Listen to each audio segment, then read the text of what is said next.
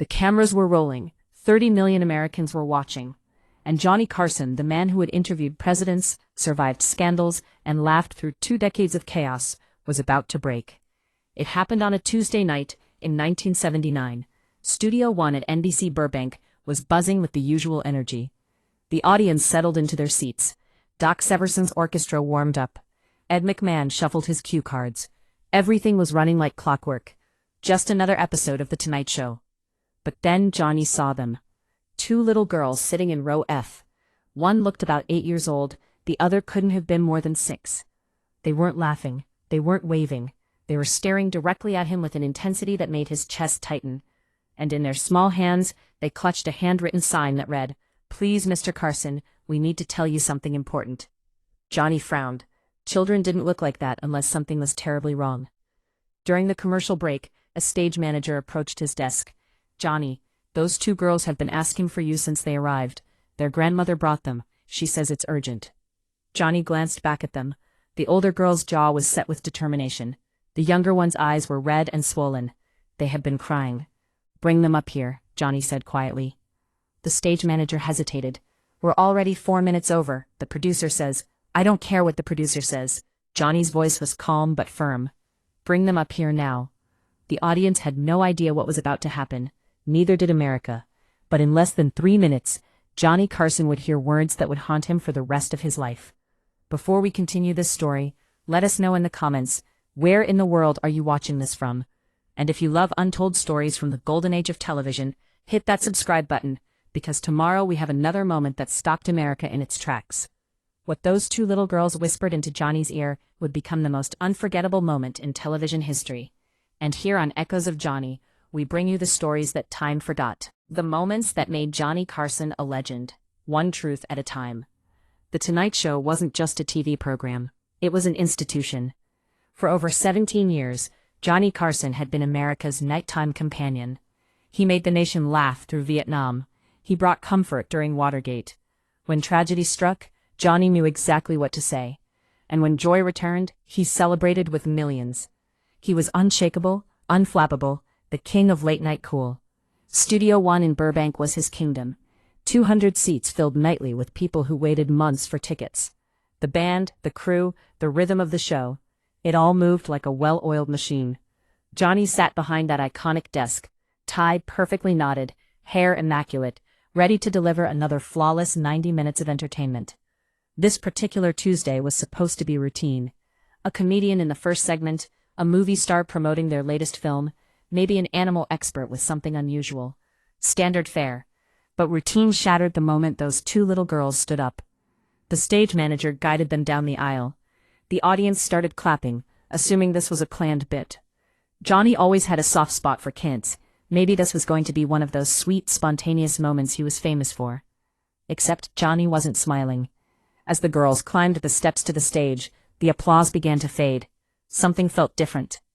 The older girl held her younger sister's hand so tightly her knuckles had turned white. Both of them wore simple dresses, nothing fancy, clearly not new. Their shoes were scuffed. Their hair had been brushed carefully, but you could tell it didn't been done by a professional. Johnny stood from his desk. He never stood for guests during the opening segment, but he stood for them. He positioned 2 chairs next to his desk and knelt down so he was at their eye level. The cameras caught it all. Ed McMahon leaned forward in his seat, confused. Doc Severson sat down his trumpet. The entire studio went quiet. "Hello there," Johnny said softly. His voice had none of its usual performance quality. This was real. "What are your names, sweetheart?" Her voice came out barely above a whisper. "I'm Sarah. This is my baby sister, Emily."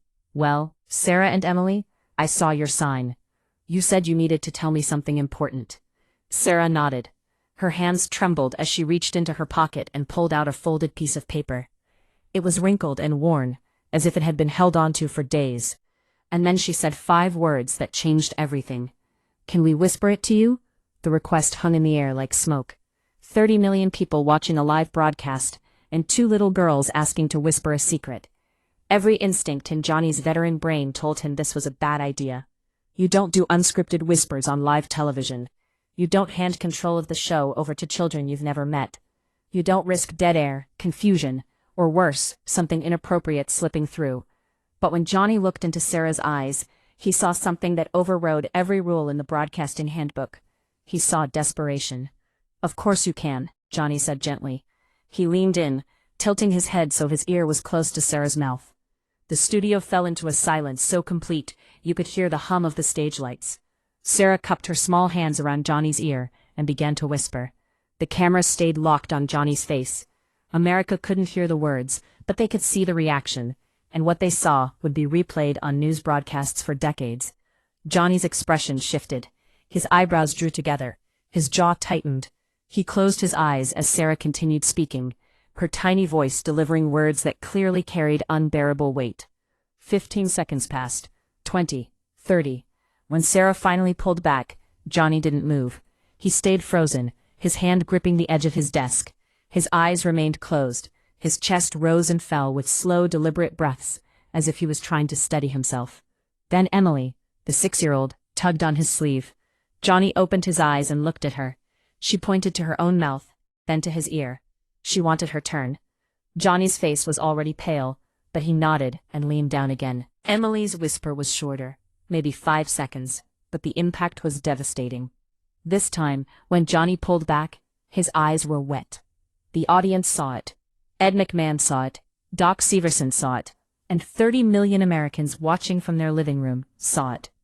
Johnny Carson, the man who had maintained perfect composure through every interview, every emotional guest, every national tragedy, was fighting back tears on live television.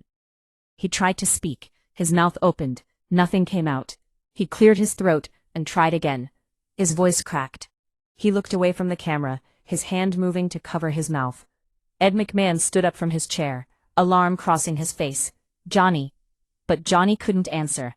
He reached for the piece of paper Sarah had been holding. She handed it to him with shaking fingers.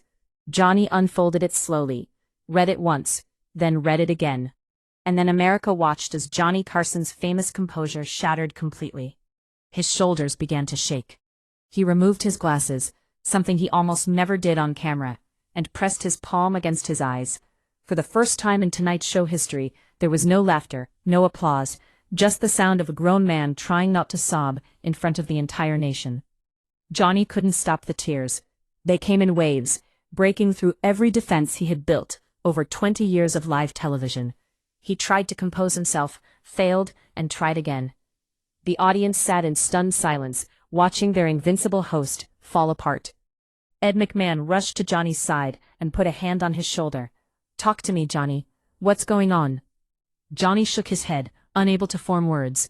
He held up the paper with trembling hands so Ed could read it. Ed's face went white. It was a letter handwritten in shaky script, hospital letterhead visible at the top. The date showed it had been written just 2 days earlier. The letter was from the girl's father. Sarah's small voice cut through the silence. She wasn't whispering anymore. Her words rang clear across the studio. "Our daddy is in the hospital, Mr. Carson. The doctors say he doesn't have much time left." A collective gasp rippled through the audience. Emily, the younger sister, added in her tiny voice, "Mommy died when I was a baby. Daddy is all we have." Johnny looked at them, his face wet with tears, and managed to speak. "What did you whisper to me, sweetheart?" Sarah's chin trembled, but she stood tall. "I told you that Daddy watches your show every single night, even in his hospital room. He says, 'You're the kindest man on television.'" Emily jumped in. "And I told you that Daddy said if anyone in the whole world could help us, it would be you." "Help you with what?" Johnny's voice was barely audible. Sarah pulled in a shaking breath. "When Daddy dies, they're going to separate us. We don't have any other family except Grandma, and she's too sick to take care of both of us." The social worker said, "Emily will go to one foster home, and I'll go to another one." The words landed like a bomb. The audience erupted in gasps and sobs. Women covered their mouths, men wiped their eyes, even the camera operators were crying. Emily grabbed her sister's hand. "I don't want to lose Sarah, she's all I have left." Johnny pressed both hands against his face. His shoulders shook violently. When he finally lowered his hands, his eyes were red, and his voice was thick with emotion. "How old are you girls?" "I'm 8, Sarah said. Emily just turned 6. Johnny looked at the letter again, then directly into camera. 1.30 million Americans saw raw, unfiltered pain on his face. I've been doing this show for 17 years, he said, his voice breaking with every word. I've interviewed presidents, movie stars, heroes, but I have never, he stopped, overcome. I have never been more honored than I am right now to be sitting with the two bravest people I have ever met. The audience exploded in applause, but Johnny held up his hand. Your daddy is watching right now, isn't he? Both girls nodded, tears streaming down their faces. Johnny looked directly into the camera.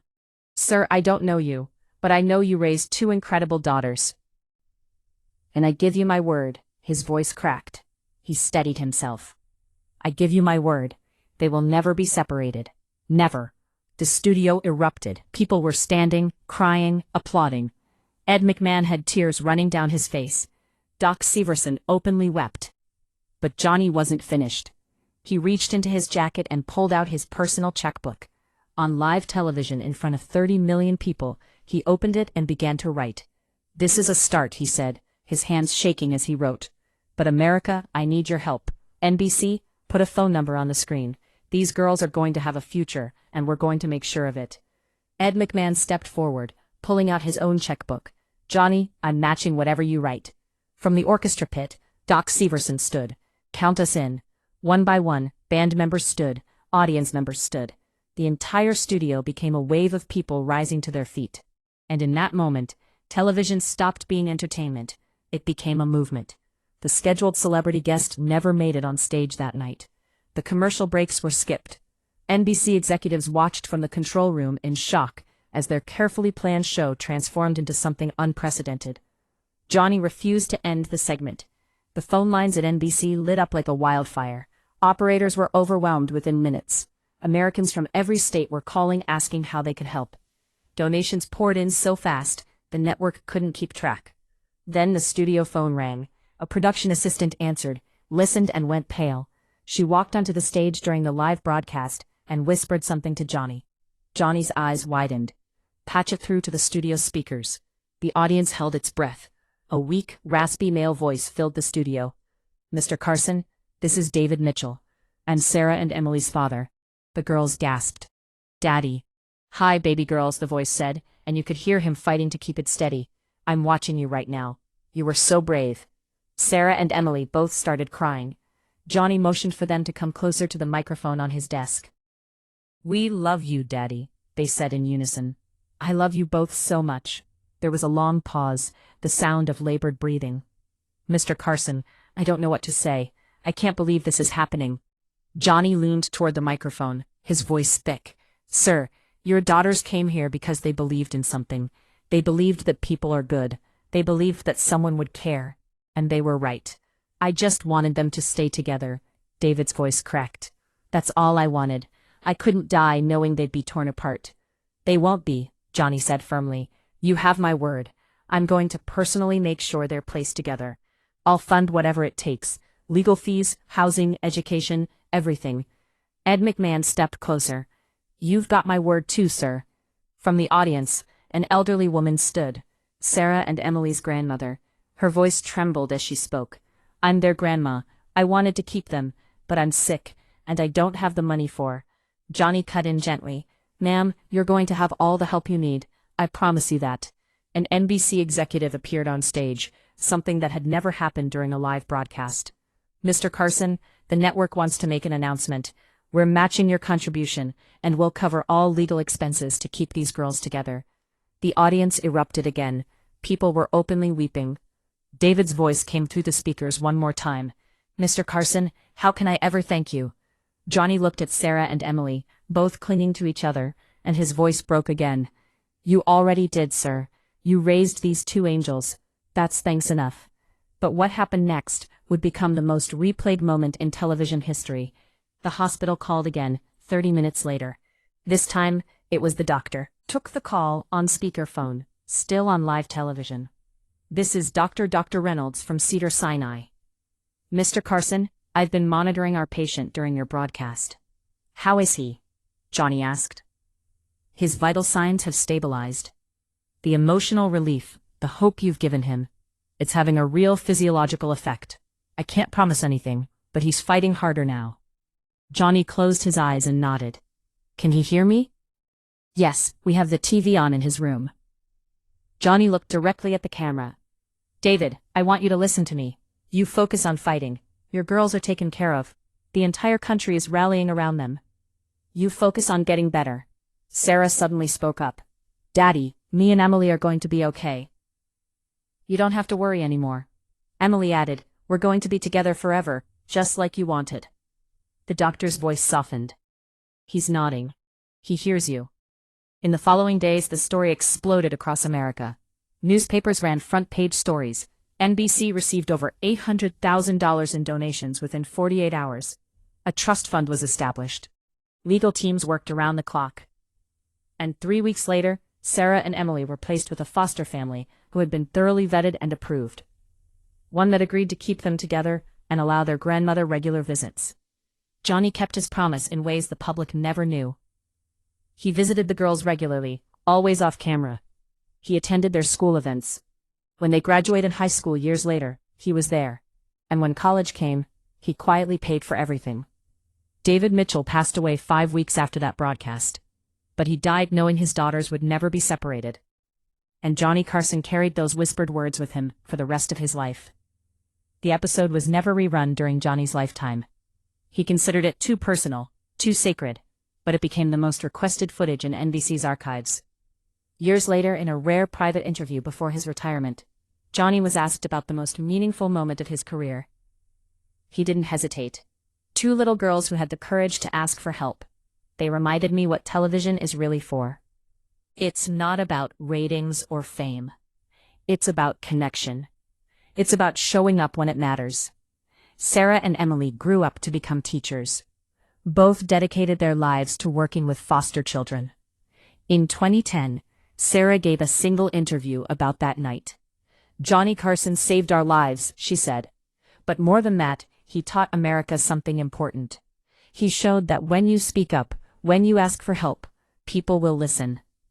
Our father died in peace because of Johnny, and we grew up together because he cared. The whispers that broke Johnny Carson weren't words of tragedy alone. They were words of trust. 2 children betting everything on the belief that kindness still existed in the world. And Johnny proved them right. Sometimes the smallest voices carry the most powerful truths. And sometimes it takes breaking down to build something beautiful. If this story touched your heart, let us know in the comments where you're watching from and what it meant to you. Here on Echoes of Johnny, we uncover the moments that defined a generation. The tears, the laughter, and the humanity behind the man who made America smile for 30 years. Hit that subscribe button and turn on notifications, because tomorrow we have another echo from Johnny's legacy that will leave you speechless. Until then, remember, the best stories are the ones that remind us what it means to be human.